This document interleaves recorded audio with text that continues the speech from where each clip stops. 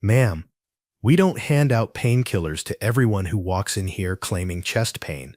The ER nurse's voice cut through the fluorescent-lit chaos like a scalpel. You'll need to wait like everyone else.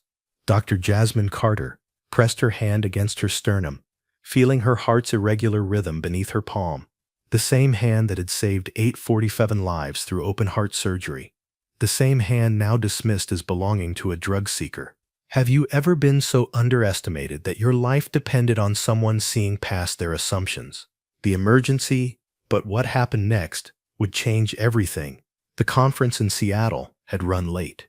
Dr. Jasmine Carter, chief of cardiac surgery at Johns Hopkins, had delivered the keynote on minimally invasive valve replacement to 2,000 cardiologists. Her innovation had revolutionized the field. 3 medical journals waited for her next research paper. But none of that mattered now. The chest pain started during her Uber ride to the airport. Sharp, radiating, classic angina. Her medical mind cataloged symptoms even as fear gripped her.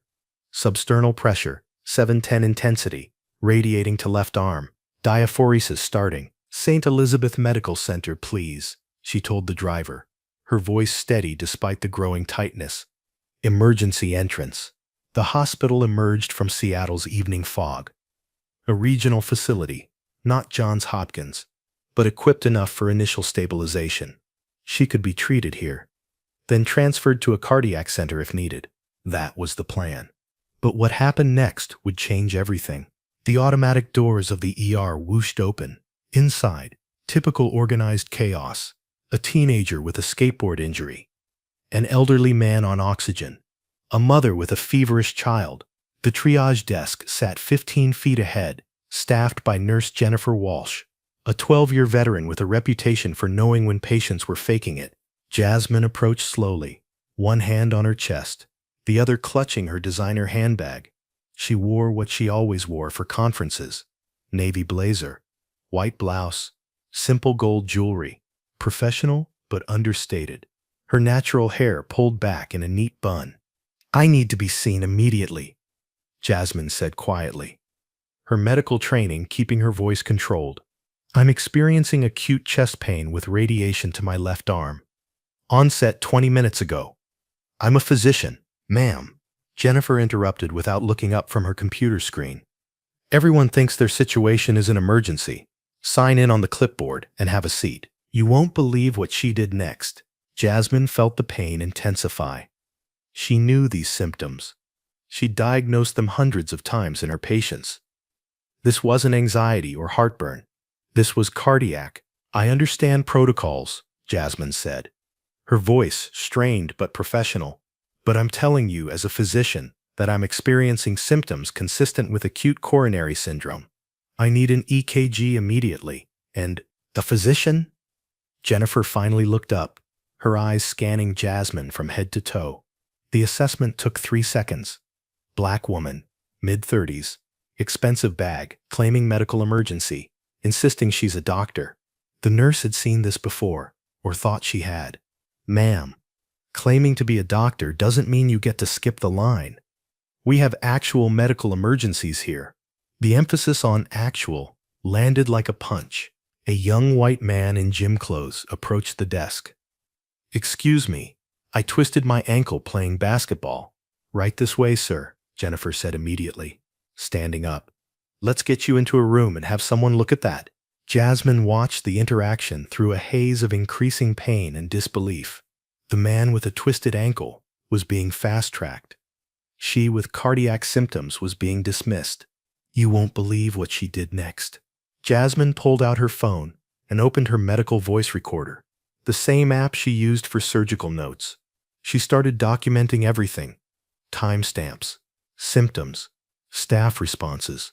Her medical mind overrode her personal feelings. "Dr. Harrison to ER stat.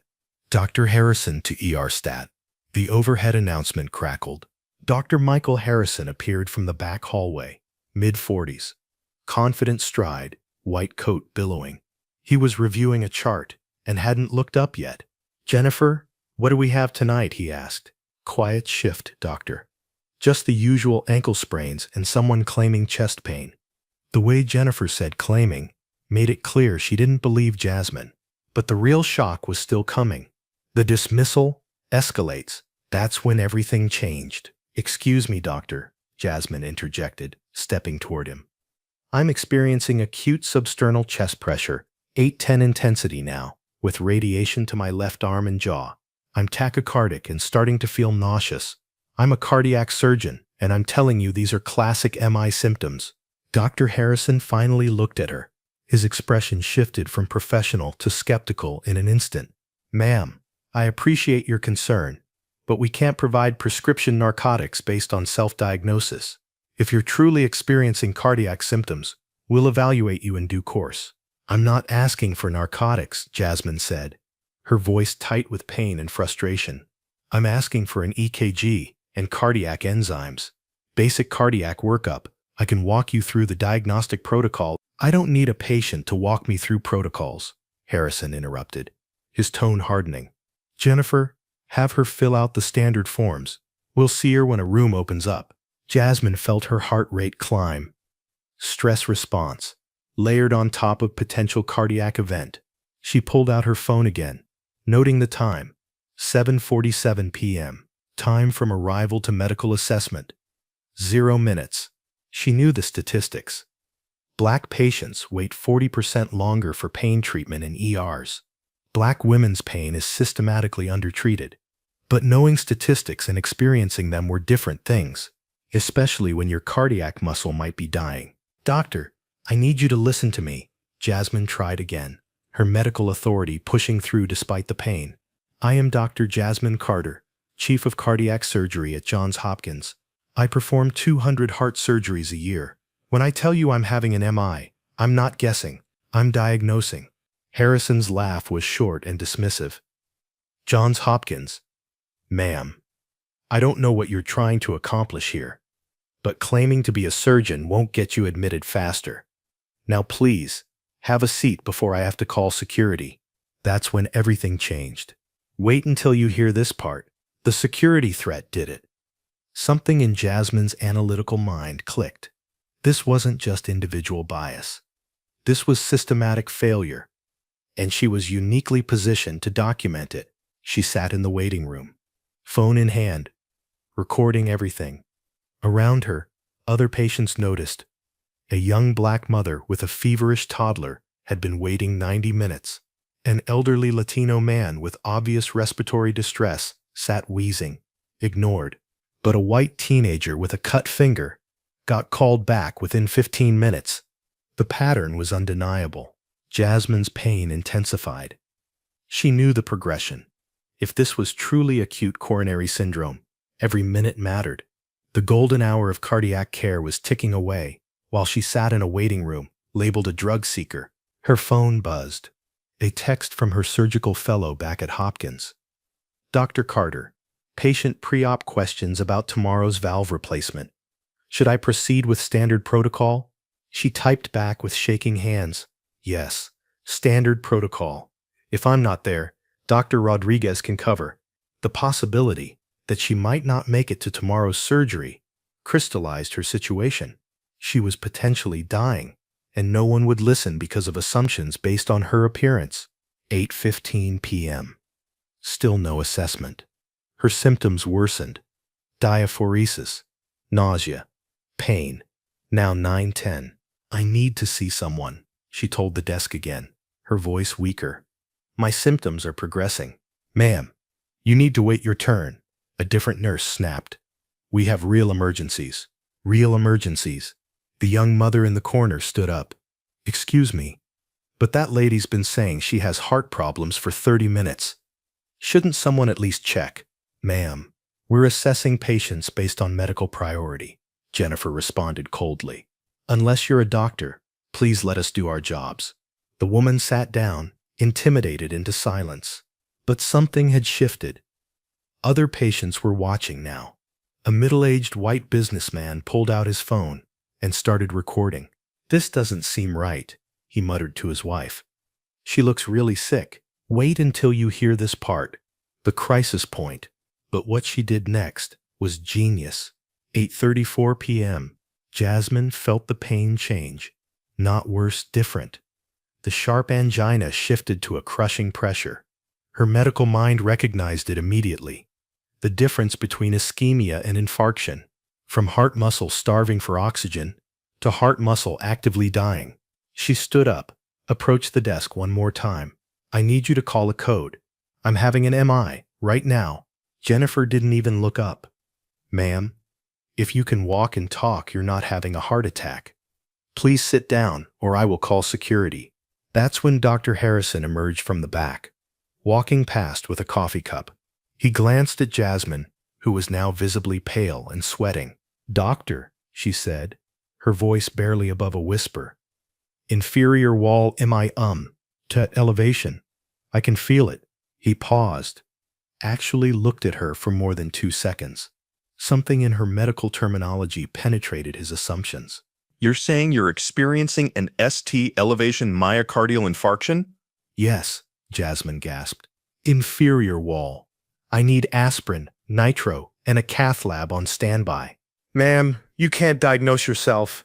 I can, Jasmine interrupted, because I perform these interventions 200 times a year.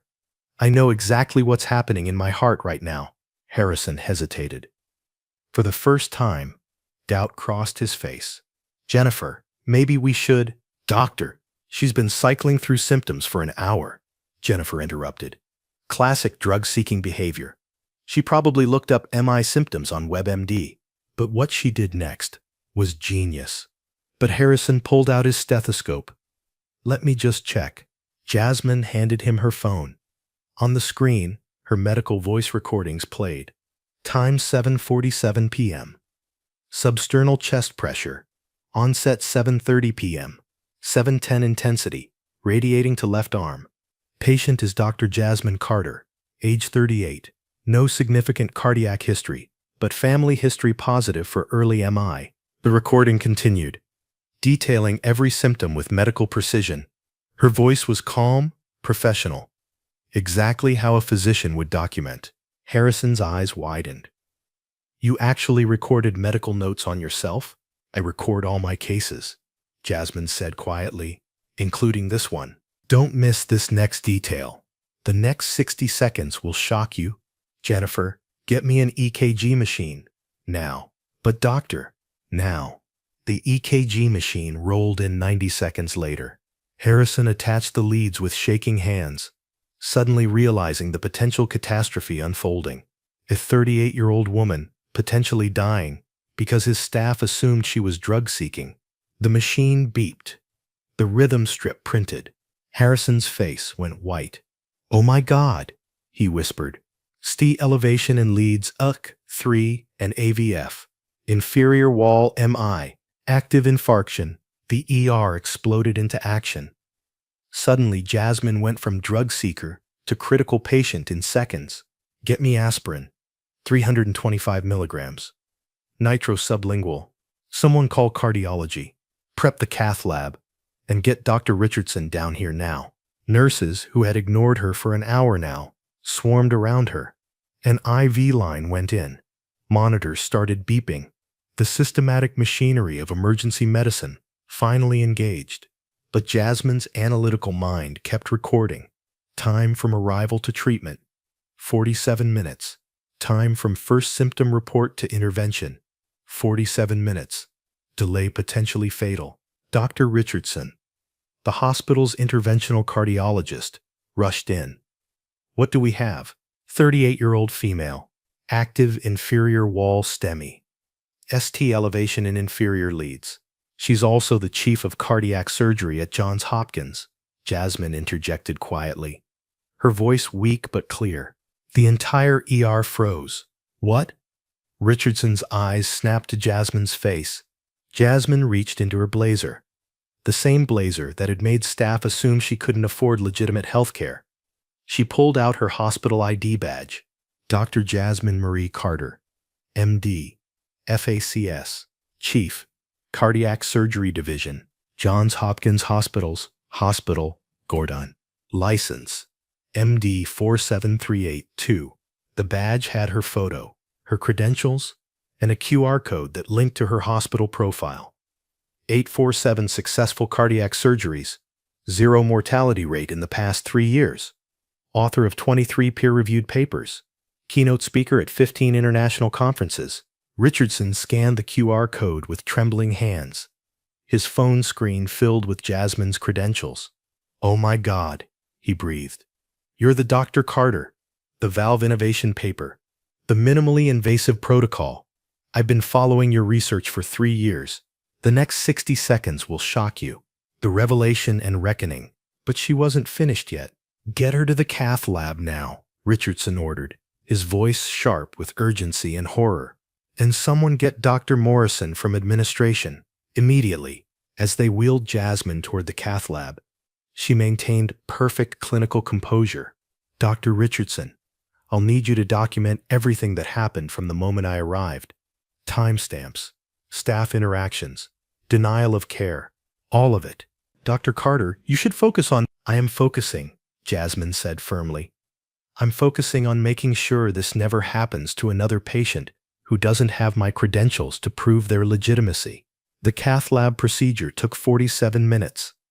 A single blocked artery, the kind of widowmaker that kills 40% of patients if treatment is delayed. Jasmine had been sitting in a waiting room, labeled a drug seeker, while a potentially fatal blockage progressed. But she survived because she knew exactly what she was experiencing and could self-diagnose despite being dismissed. How many others couldn't? When she emerged from the procedure, stable but weak, hospital administration was waiting.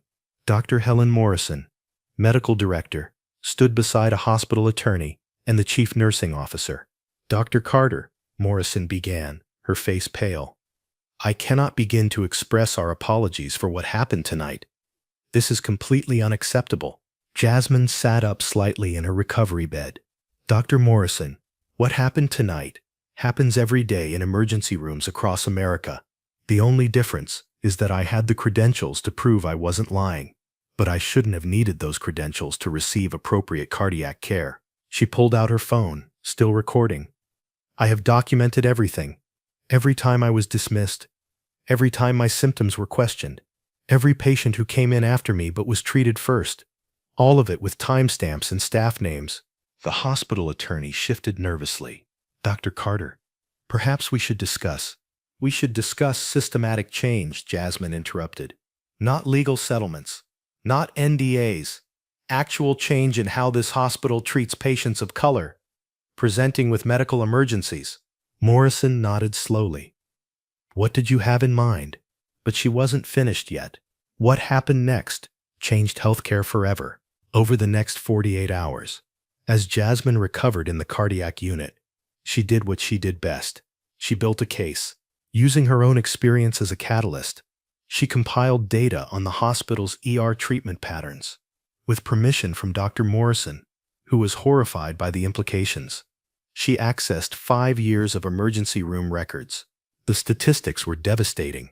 Black patients waited an average of 40% longer for pain assessment.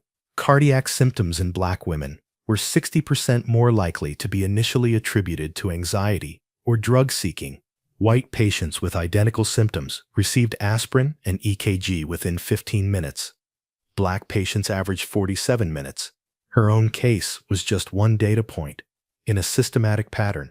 But Jasmine didn't stop at documentation. She designed a solution. The Carter Protocol, Comprehensive Reform Package, Phase 1, Immediate Changes, Mandatory EKG within 10 minutes for any patient reporting chest pain. Regardless of staff assessment, abolish subjective drug-seeking behavior designations. Without toxicology confirmation, implement real-time bias monitoring in ER triage decisions. Phase 2. Training and education. Mandatory implicit bias recognition training for all ER staff. Case study modules using actual discrimination incidents, including her own monthly review of pain management disparities by race. Phase 3. Accountability and oversight. Patient advocacy hotline with direct access to medical director. Third-party auditing of ER treatment patterns. Public reporting of demographic treatment data. Phase 4. Systematic industry change. Offer protocol framework to other hospitals nationwide. Publish findings in JAMA, Journal of the American Medical Association. Create national certification for bias-free emergency care. Dr. Morrison reviewed the proposal with her leadership team. The legal implications were terrifying. Implementing this protocol would essentially be admitting systematic discrimination, but not implementing it would be worse. Dr. Carter, Morrison said during their final meeting before Jasmine's discharge. If we implement this, we're opening ourselves up to lawsuits from every patient who was mistreated.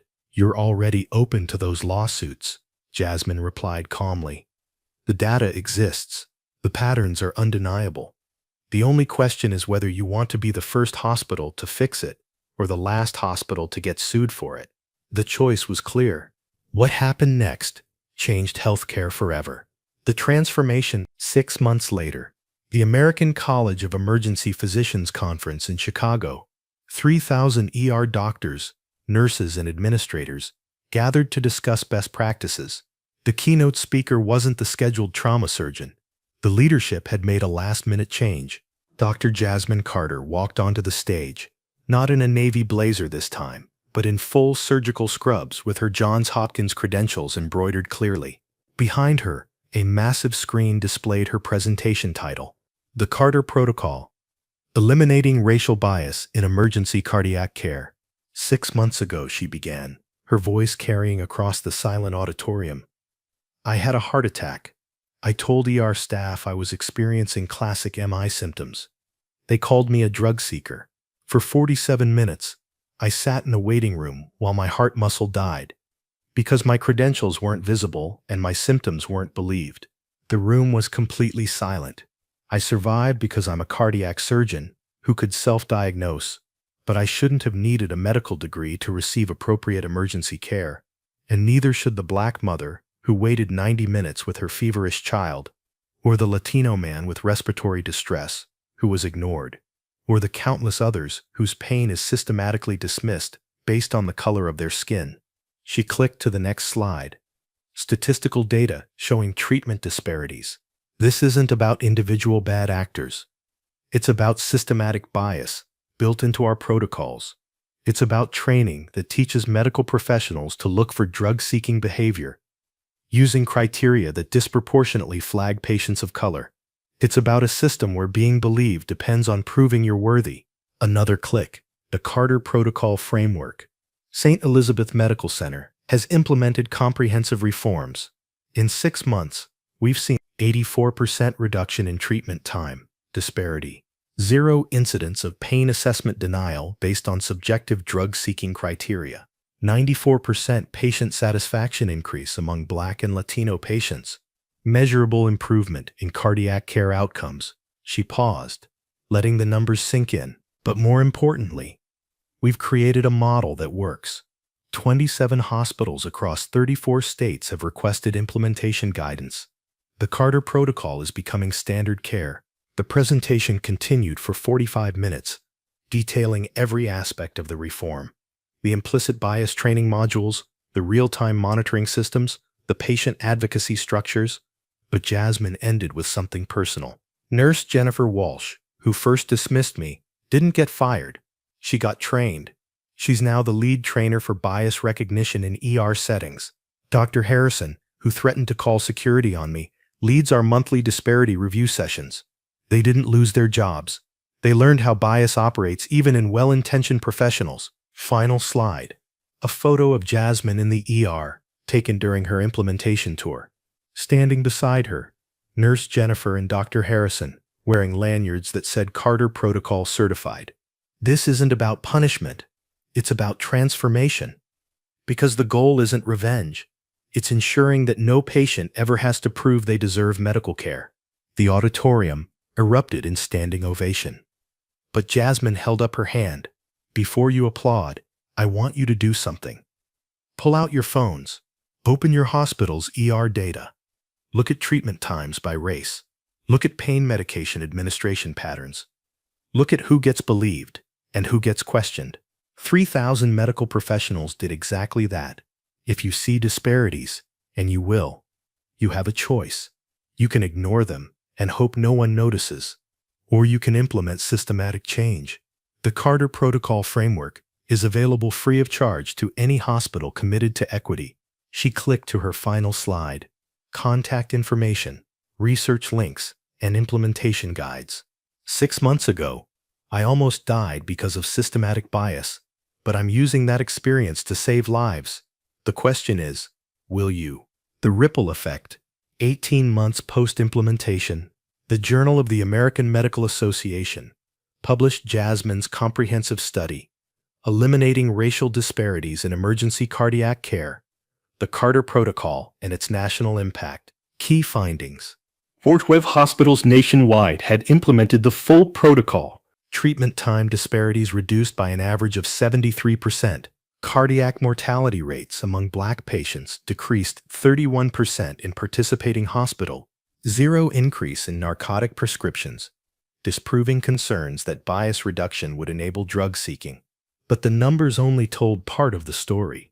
Jasmine's desk at Johns Hopkins was covered with letters, hundreds of them, from patients who had been heard for the first time, from medical professionals who had recognized their own biases, from families whose loved ones had survived because treatment wasn't delayed. One letter stood out. From a young Black woman, a medical student. Dr. Carter, I was in that waiting room the night you had your heart attack. I saw everything. I'm in my 3rd year of medical school now, and I've been sharing your story with everyone. You showed me that being a doctor means fighting for all patients, even when the system fails. Thank you for turning your trauma into transformation. Jasmine pinned the letter beside her diplomas. That evening, she prepared for tomorrow's surgery, her 1,000th successful cardiac procedure since her own heart attack. But before leaving her office, she recorded one final message for the video that would go on her foundation's website. If you've experienced medical discrimination, I want you to know 3 things. First, you're not imagining it. The data proves systematic bias is real. Second, you deserve to be heard and believed, regardless of your race, appearance, or ability to prove your credibility. Third, change is possible, but it requires documentation, strategy, and people willing to turn personal trauma into institutional transformation. She paused, thinking about that night in the ER. The pain, the dismissal, the 47 minutes that could have killed her. I didn't fight back with anger. I fought back with evidence. I didn't seek revenge. I sought reform. And now, 412 hospitals are safer because one person documented their discrimination instead of just enduring it. Final message to the camera. Your story matters. Your pain is real. Your experience can change systems. Document it. Share it. Demand accountability. Because the most powerful thing you can do when faced with injustice isn't to accept it, it's to ensure it never happens to anyone else. She clicked off the recording and smiled. The transformation was complete. From victim to survivor to systemic change agent. This was the power of turning discrimination into documentation. This was the result of strategic resistance. This was justice.